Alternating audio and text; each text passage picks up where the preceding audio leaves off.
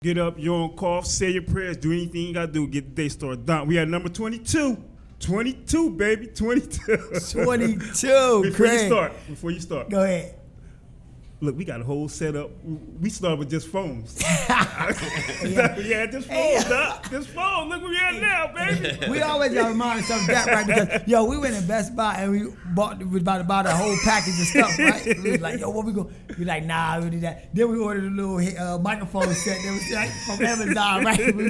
We were like, but it was blessed, man. Yeah, the energy we was putting out there, and we found some great brothers, man, to work with, to put on the team, man, that we've been 22 in now, man, and we look at that, bro. 22 episodes, though. That's wild, bro. That's a blessing, and it's even a greater blessing because now we got somebody that's special to us, man, and like we look at him as a role model, man, a mentor to us, man. Like, and he inspires us like a lot daily, even if we don't talk all the time, man.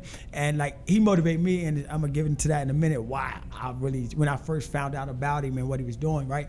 And it's Tracey Syphax, man. We're blessed to have him on this morning, right? So I'm gonna do something, right? This inspired me, right? This helped me on my start. I was in prison. Okay.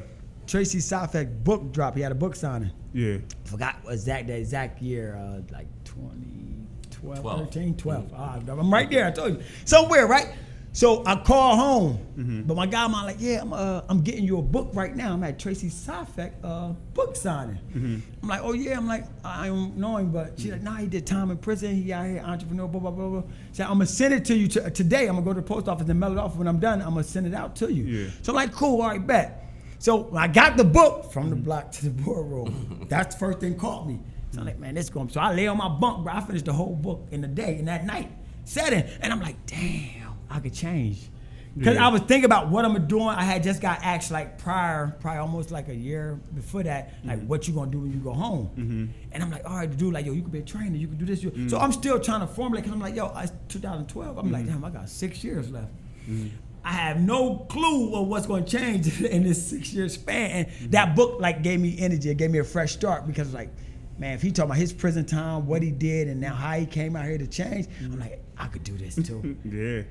I could do this. It gotta be a way for me too. Yeah. You know what I mean? Because I'm like, I don't want to stay in this box. I don't want to go home and come back to this box again. Yeah. And that was one of the best days. And to jump off Trace, man, and just for us, just the people who just go ahead. Let me say one thing. And my 5 years being locked up, guess what I did? Guess what I was thinking about? What you think about? I said, bitch, I'm gonna give me 2 cell phones. Bitch, I ain't had a book that. I said, I'm giving 2 cell phones. I'm doing it right. That's all I just wanted to say. 5 years. Now I'm thinking about going back out hustling. But no, it be like that when people don't. I'm getting 2 cell phones this time. Listen, it be like that. It just mine's at that time, right? I'm like, the time like really played a part. It's not me doing the time. Yeah. It was like, yo, this is a lot for my first time going to prison, like a 10-year sentence.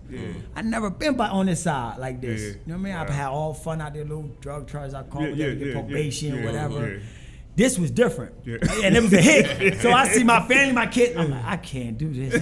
I'm missing too much, and I don't want to be around men all day. This is killing me. I'm around all these men all day. I gotta wake up to a man in the room with me. I don't want that. So that really started like driving me to like change from when I got in there, and just reading books like that and stuff like that. And then somebody, I'm like, he from Trenton. Yeah. So I'm like, if this is done in Trenton, I can do this shit. Because you don't hear too many of the stories like that. You know what I'm saying? And people who don't be coming out. Then this song, like, then I started following him more and saying then his willingness to help. Like, and more what he was giving back. So Trace, just to speak on a little bit of more of that start, like that spark that gave you that drive to like make that transition. You know? Well, it's and thank you guys once again for having me on. Like I said, it's definitely an honor always to sit down. You know, I admire both of you guys for what you guys have done and what you guys are doing here in the community together as a team. But yeah, I've you know, and I get asked all the time, when was those aha moments that actually helped change your life? And I would say it's always been a series of aha moments. It's never me being shot should have been an aha moment. Me spending 7 years in prison should have been an aha moment. Me spending a year in solitary confinement should have been an aha moment. Me losing my brother, or only brother at the age of 8, should have been, you know what I mean? So we have those things in our lives that should have been those aha moments, but I like to always chalk it up, and we talked about this before we started, to experience, to learn things that have happened in my life. If I touch that oven and if it's hot, it's gonna hurt and it's gonna burn. Yes. You know what I mean? And once I got to understand that, I began to operate more differently. So I would say, you know, those things that helped me change my life was those aha moments was a series of aha moments that helped me change my life. And I just thank God. I thank God because when I look back on my life, on how I got here, and you know, and not just to brag, you know, right now I'm working on a multi-million-dollar deal in Philadelphia that I've been working on now for about 3 months. It's looked like it's going to come to fruition probably within the next few months. But just to be in those type of situations, from someone who sat in that cell, in that bunk, looking at that ceiling, you know what I mean, thinking and dreaming about what life could really be like. But one thing I found out, and I you know, I do a lot of, not only just exercise, because yes, that's a big part of it too, but when I talk about meditation, when I'm talking about reading scripture, when I'm talking about where I'm grounded at, where's my faith, where's my values, you know what I mean? Because I always talk, and we said it this morning, you know what I mean, 28 years of being in business, I've had my tough times. You know what I mean? But I say all the time, adversity introduces a man to himself. True. Yes, okay. You know what I mean? True. You had plenty of times. You say, you know what, I can go back and get that package. You know what I mean? And I've had those times in my life because I know how to hustle. You know what I mean? But one thing I understand now is that your value, who you are, how you grounded, what's, you know what I mean? You know what I mean? What people gonna think about you when you leave here? You know what I mean? And I think now that, you know, I'm more grounded in that, more or less on what I can accomplish, because I know I can accomplish a lot. You know what I mean? God is amazing. He's already said that. Listen, the last can be first. Absolutely. Absolutely. That rejection. Absolutely. Yeah, that's great. Absolutely. Yeah, that's you know great. I mean? So Tracey, who your role model? Who do you look up to? Wow. If you had somebody to go-to person, who do you, other than the high power, who do you look up to? Like, there's so many people. I mean, you know, I talk about John Harmon in my book. My chapter 6 of my book is dedicated to John Harmon. You know what I mean? One thing about, you know, people like John and mentors that I've had in my life. Who's John? Who that John is? Harmon helped me get it. There's no from the block to the boardroom story unless somebody gets me into the boardroom. Yes. Okay. You know what I mean? I'm teaching in prisons now. I don't teach in prisons unless someone gets me into prison. Okay. All right. I'm a formerly incarcerated person. Yeah. So John Harmon was my mentor, because when I came home and got in business in 1995, you gotta remember, I'm a former drug dealer. Yeah. I'm coming to the business meeting, I got lizards on, gators, silk suits. I'm coming through like a straight up gangster. You know what I mean? Around business meetings, scaring white folks to death. You know what I mean? So once again, someone to teach me how to dress, how to speak the language, because it's a different language. I'm not talking slang about money. I'm talking financials when I'm talking about business. You know what I mean? So it's a whole learn different language, how you talk, how you act. So having a mentor like that, someone that can help you adjust to that life, he was that person. So plenty of people. John, I can talk about my relationship with Mayor Palmer, which was an adverse relationship. A lot of people don't know. Mayor was Mayor here 20 years. That's 20 years. You know what I mean? I got rich during Mayor Palmer's years. Not based off what Mayor Palmer did, based off the fact that I was the only big black developer, general contractor here in the city during his tenure. So a lot of opportunity, of course, opened up for me because of that. And I just took advantage of that. But our relationship, and I tell people all the time, ran John Harmon against him twice. You know what I mean? Twice. You know what I mean? So, but I can call him up right now, he'll answer his phone. We have a relationship like that. You know what I mean? So once again, it's not about that I agree with you on this subject or I agree with you on that subject.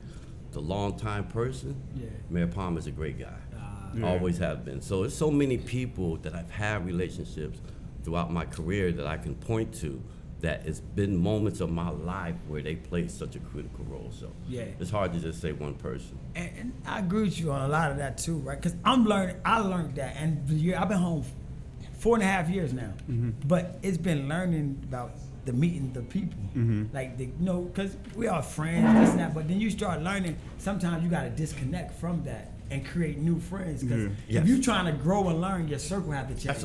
Absolutely. I mean, and it's not against nobody, because everybody can't come with you. And I had to start realizing that, like at the time, because me being home, so I'm still like, you can help people. You probably can get people like, yo, come on, man, we could do. But then you got to realize you can't. Because what you trying to do now, they ain't thinking that way. I don't care if it's a family member or whatever. So I had to start learning that. I'm like, you know what? I can't focus energy. That's wasted energy. Like, it's gonna be bad energy. It's gonna turn me down. Because I always tell people try to give me advice. I said, yo, how can you give me advice or tell me don't quit my job to try to start my business or to run my business when you never tried? Wow. Yeah. Wow. So I can't get no advice from you, you know. So now it's like the people I want to get advice from Tracey. There's so many more people that you can ask the questions to because we just starting fresh, and you get people minded because you got a business that you got something. Bruh, this is the roughest challenge. Wow. And I tell people what motivate me though, a lot every time I ride past Tracey house when it was getting built, all the time, all the time. When you first started putting, because remember, I trained you for a little bit during the pandemic. You're your wife now. Before show, we been winning the ground. Absolutely. And you was talking about this stuff, what you about to do and what's going to happen. So, and then seeing it when I see you put the fence around it and then you start going, I'm like, damn, I could do it. This motivates me. Some people get mad, they get jealous or whatever it can be. This is a spark for me because I could do this for my family. Yeah. Absolutely. You know? And that's crazy. And I was great, and like I tell you, like all the time, we don't sit, I don't talk all the time, but like you inspire me like all the time. Yeah. Just a post or just you talking on live or just whatever it is, and like yo, I gotta take time and really get to talk to them and ask questions because we all be busy, we all poor, and it's just like, and it's just blessed to met you and to build that relationship with you during that time. Absolutely, because you guys know y'all can call me anytime. Yeah. You know, you opened the door to it, and it was a blessing to me, and I was like, damn,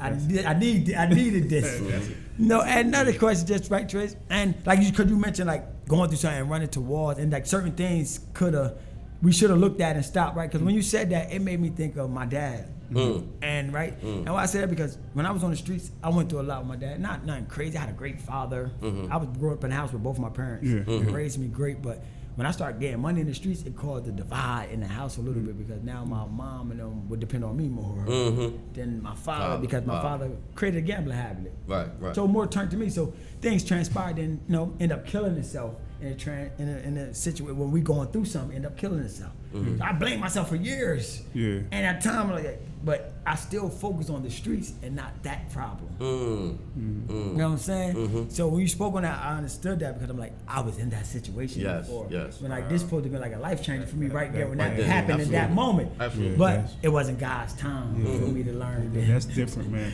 Because like not to cut you off, Trey, like I'm gonna speak like on behalf of me. Like what I'm going through right now is like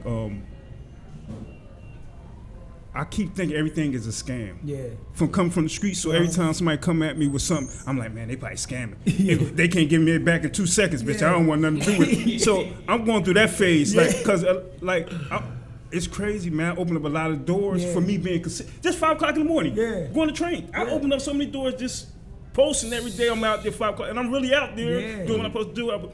But now I'm going through a phase where everything I feel everything ain't a scam, but I'm in that phase where I'm like, bitch, I gotta create, you gotta take the leap, and that is coming from the streets. And with so much social media, people calling your phone and they do be scams, and I'm just saying this all the time. So I'm going through that. How do you feel that? Both and one thing about us, and I think we need to embrace that. We need to embrace that because one thing that I really believe, and I teach this now inside prisons, is that we have that intuition. We have that intuition from the streets. We know when something not right, and we know when something wrong. You know what I mean? And that intuition helps us, and it helps me now. Because I tell people all the time, listen, as a businessman, people come to me all the time with the greatest idea in the world. You know what I mean? But from the streets, I dealt with crack addicts, heroin addicts all my life. I know game when I see it. I could just sit down across the table from you and understand what you're talking about. If you can't look me straight in the eye, and you looking like Stevie Wonder talking about this great deal you got. You know what I mean? I know what that feels like for me. I know what that energy feels like. So hold on to that. Okay. But I think what we have to realize too is that we have to trust our intuition to lead us in right directions. Because sometimes that intuition will hold us back, and that fear of holding us back from some very good things. You know what I mean? Let's talk about marriage. I wasn't getting married again. You know what I mean? I wasn't getting married again. I was good. You know what I mean? But if something comes into your life and something happens in your life, and somebody, I got a little bit of money, yes. You know what I mean? But that fear will hold you back from really stepping up and making a serious decision. Yeah. I made a serious decision to marry my queen Yes. because I knew that was the right woman. You know what I mean? So sometimes that fear, man, we can't let that, we have to trust who we are, my intuition, who I am, who I know that woman across the table is, Yes. and go with that. Okay. You know what I mean? And go with that. And whatever the outcome be, let it be. But don't never, you know what I mean? Trust your intuition, man. Okay. Trust that feeling in your gut that you get, because that tells you something. Yeah. Okay, You know what gotcha. I mean? But don't let it stop you, though. That's facts. And the crazy thing about it, when we was out there training, this how men not met. When we was out, when you first started dealing with your wife, because I remember she came and she said, "What you know about E40?" Yeah. I listen to E40. She Old Town. Yeah, She Old Town West down. Coast, she love it. And like sitting down at the table, me, Don, and another trainer, Nick. We sit down at the table and we came up with the idea of doing the podcast and everything. And like, I really got belief in him and Nick, because like I was out here before they came home. I was out here bullshit. I'm talking about training a little bit to get money to drink. Basically, I'm just gonna keep it real. I was trying to get money. So when him and Nick came out and they named Pop and Pop, I said, "Bitch, I've been out here before." No. So they really pushed me, and it so happened I stopped drinking in the process. And it really like motivated me. So I said, instead of me going against them two or hating on them two, let's try to put something together. Because we all hot now. True. And I came down, just for that, I came to the table. I'm looking at my house. I'm looking at 85 Southboard, the comedy show. All three of the comedians. Yeah. They all got their own platform, but they come together as one. So I put it on the table like, yo, let's do X, Y, Z. And we all sat at the table. And so happy, me and Don still going on with the thing. So, you know, all I'm saying is, them two pushed me and gave me a little hope without them even knowing. Right. And it wasn't no hate. They gave me some hope. And that's the key thing. That's why I told you guys earlier, man, how proud I am of you two guys, because how you guys approach this whole fitness thing, and even working with Brother Shaw, how you guys look at this whole fitness thing. You guys work together, even though you guys have separate businesses. But you guys don't look at each other as competition. It's more about collaborative and cooperation and how we can both advance. You know what I mean? So it's a blessing, man, to see guys that do that, man. And I hope across all spectrums, not just in training, but as I stated, in construction. We got a lot of our brothers out here now that are in real estate. They're doing a little bit of real estate. They buying houses. They fixing them up. No, there shouldn't be no competition. It should be how do we learn and grow and do this thing together, because it's a process to get there. True. And why, that's why I applaud you so much, though, Tracey, because you don't mind extending that hand, like just to help or teach. To right people, you can't do it to everybody. We understand that. Some people you could call and try, and they will spin you. Like a record. Like back in the day, you know, the 8-tracks, the big records. You know what I mean? When you go in the crib, your parents look at, they got the big turntable. They got turntable. Man, you be there, they mixing on you. Yo, now call me back when you feel more good. And it's like, just say no to me then. Like, you know what I mean? Because I look at it like if you find somebody who's eager and trying, I think that's the best type of person you should try to exist. Oh, absolutely. You know what I'm saying? Like if they not, you could tell, like you said, you could see when the person beating that bush, when they just all over the place in hurdles. You know, and it's like that's why I applaud you so much and love you for just opening the door and just to talk to everything that we got, because it's so many people that don't do that. Yes. You know, and definitely as a black man. Yeah, and that's what we're trying to encourage a lot more than that, because one thing I can say for sure, there are a lot of brothers, man, that have turned their life around, that are doing some amazing work. Amazing work. And are just not coming back to show and prove. And trust me, I've been in conversation with them over the past year now. I've been working on this initiative since I retired. I dedicated a year of my time to work with this organization, Salvation and Social Justice, in order to bring the Trenton area community street teams here in Trenton, New Jersey. And what that consists of is formerly impacted individual, formerly incarcerated individual, former gang members, bringing them back and saying, okay, now, how do I now get back into the community and have conversations?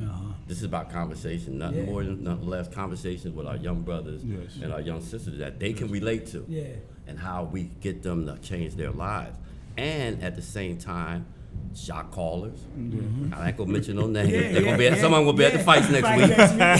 I ain't gonna mention no names, but guys that are right here in our city that are doing very well in real estate and construction need to come back to and open that up to brothers and sisters that are looking to do that same exact thing and show them that example. So being involved with this initiative, I've been having those conversations with brothers. So how do we now get into the community? So within the next couple of months, we're gonna start having small sit-downs in communities like Hoffman and Stuyvesant, like Martin Luther King Boulevard, like Walnut Avenue, places that people don't want to go, and start having small community get-togethers where we understand what are your needs and what are you looking to do. Because see, my whole thing is, if we can provide the resources, tell me what you want. Do you want to move to Atlanta with your auntie? I'm gonna put you on the plane. I'm gonna send you to Atlanta if that's what you want to do. You know what I mean? Do you want to learn how to start your own business, entrepreneurship? Well, we're gonna get you in the program to help you do that. Vocational training, get your high school diploma. I got some partners down in Camden that are offering opportunities for jobs,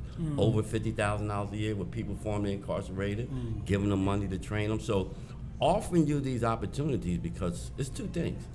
It's life or death. Yes. In the streets. It's life or death. You know what I mean? So you can choose life, and which we want to be able to offer you, which is taking those opportunities. If you don't take them, then we know what's on the other side of that.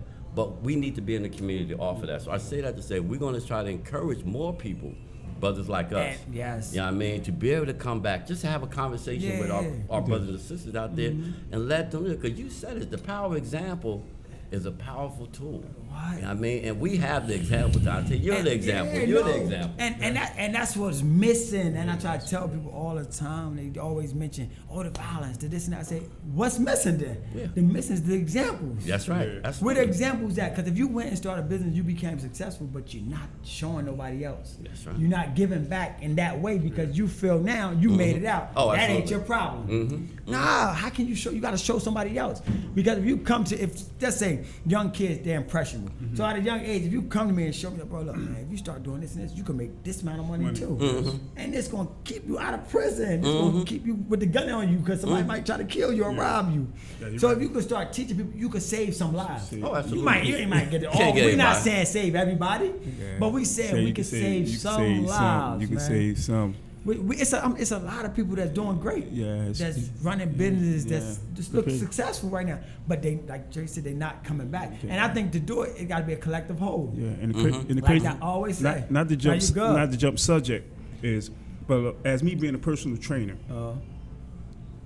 the best people I love to train is couples. I never seen a couple argue. I never seen a couple go back and forth. They're helping each other. The woman might be strong in this spot, the man might be strong in this spot. So what I'm trying to say is, how it is with you and your wife, how y'all fit in with that training thing? That's a good question too, because my wife is very competitive. Yes. My wife is very competitive. Did I tell you that? You know what I mean? So she want to try to show a joke off and stuff. So she's very competitive. My wife is not going to let me get up and say, okay, I'm going to the gym. And she's not, you're not. I'm going to the gym too. So she's very competitive, and which I love that about her because it's a really good driving force that I see that she has within herself. So, we push each other. We work out. She's always trying to push me a little bit harder. I'm always to try to push her a little harder. So it's that thing that we have, that dynamic that we have, but we love doing that together. She never worked out before she met me. She just naturally, pretty much fit. But she loves to hike. I never hiked. I know nothing about hiking. But now I like to hike. So we go, we go to Philadelphia, we go hiking in the mountains. We do stuff like that together. Where do y'all, I can't say her because you can't speak for her, but where do your mindset go at when y'all out there like doing what y'all doing together? Like where you at? Do you leave work? That's like the boardroom. Okay. Now I mean that's like the boardroom because you know how working out opens your head and clears your mind. So just think. You and your significant other are doing it together. So both of y'all are experiencing that. Both of y'all are feeling that energy and that relaxation for coming from working out or coming from hiking out in nature and stuff like that. So then now, the way we think, the human brain, we have 75,000 thoughts that go through the human mind each and every single day. You know what I mean? So now here you are, you two out there. Your minds are clear. You're thinking, of course, of a master plan. And me and her, we continually, always, we were just down in Atlanta 2 weeks ago, man, let me tell you, man, my wife are always having those conversations about finance, how we position ourselves financially to continue to leave a legacy for our children and our grandchildren, and how do we continue to create a not only a life for ourselves, but a life for our community that we want to see. And we constantly work on that. And working out together, exercising together, and hiking together, I think is very, very important for couples. Man, I believe that wholeheartedly. Because I tell, like, when I be seeing y'all two work out with y'all wives, man, I salute that, man. I ain't get a wife yet, but I salute Hey, yeah. I'm still out But we there. know you're working on it. We know you're working on it. But You no, always say you shoot out there. I love when I see couples working out, man. It just, and me training them, just y'all should be working. I be like, man, it make me want to just go grab somebody. Like, come on, let's go. And like I tell you, and Tracey touched all the areas. It's different, man. Like, the closeness that what it brings together, the energy, like the vibe, everything changes. It clears your mind for like other things to come in. Yes. And not the negativity, because now you learn how to block the negativity out. Because when you're looking so happy and great, definitely like right now, we're changing my life. Everybody not happy for me. That's right. Yeah, absolutely. So it'd be a lot to try to disturb our home. You get what I'm saying? That happy space. And over these last couple months, it was like a roller coaster ride, man. So, but then it came a balance to it. Working out started easing that. Always. You know what I'm saying? Yeah. Us reading the book together, our little quotes in the morning that we could go over, or at night at sun, start doing that, the prayers and things like that. As the times we get it, because I'm always on the run a lot. She working hours, so when we do get to, we try to, and then working out. Now she's a workout fanatic, so she wanted the same thing, and it helps us more. Yes. You know what I'm saying? Yes. So instead of feeding into the negativity, we learn how to block it out and just pray on it. Yes. You know what I mean? And that's we're gonna work out. Because we work out, we ain't gonna even worry about that while we working out.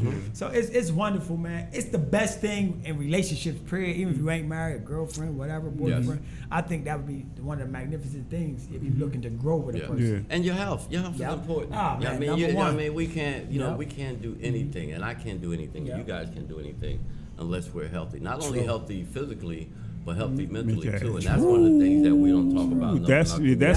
Let's talk about those traumatic experiences that we've been dealing with as black men here for a number of years. Because there's something about being shot and being killed and having murders in your community, and kids go to school and they see crime scene tape and blood on the sidewalks where it used to be. And we kind of normalize that and think that type of stuff is normal in our community, and it's not. It's not. So we have to deal not only with our health, but our mental health as well, because those traumatic experiences that I know I faced, by the time I was 18 years old, I had faced child separation, divorce, drug abuse, sexual abuse, all those things that I faced as a young man by the time I was 18 years old, I never dealt with. Ended up sending me to prison. You know what I mean? So until I healed from those things, once I came home, healed from those things, and then be able to physically and healthily be in shape also, that's the best combination we can have. So I think number one, health, but number two, our mental health is so important as black men. As black men, because there's a lot of stuff that we deal with.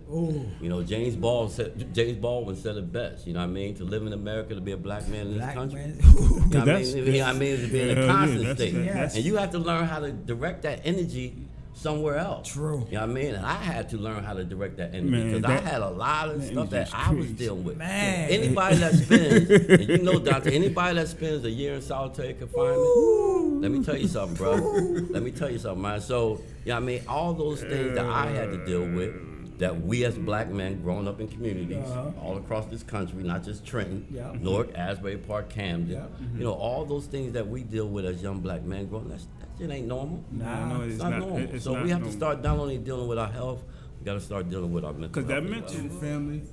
Well, it was great, man, hearing the wisdom that the brother made born. Brothers building brothers, man. Brothers coming together to, be active in our community, stand on our word, show and prove that our word is bond regardless of whom or what. With that being said, man, I felt the degree of love, man, and I'm motivated to go out there into the community. You ever need me to go inside these schools or be involved in anything you have going on, I think I can speak for the brothers as well. We got your back 100%. Yes. All right, peace, family. Peace. Peace. Thank you. Peace.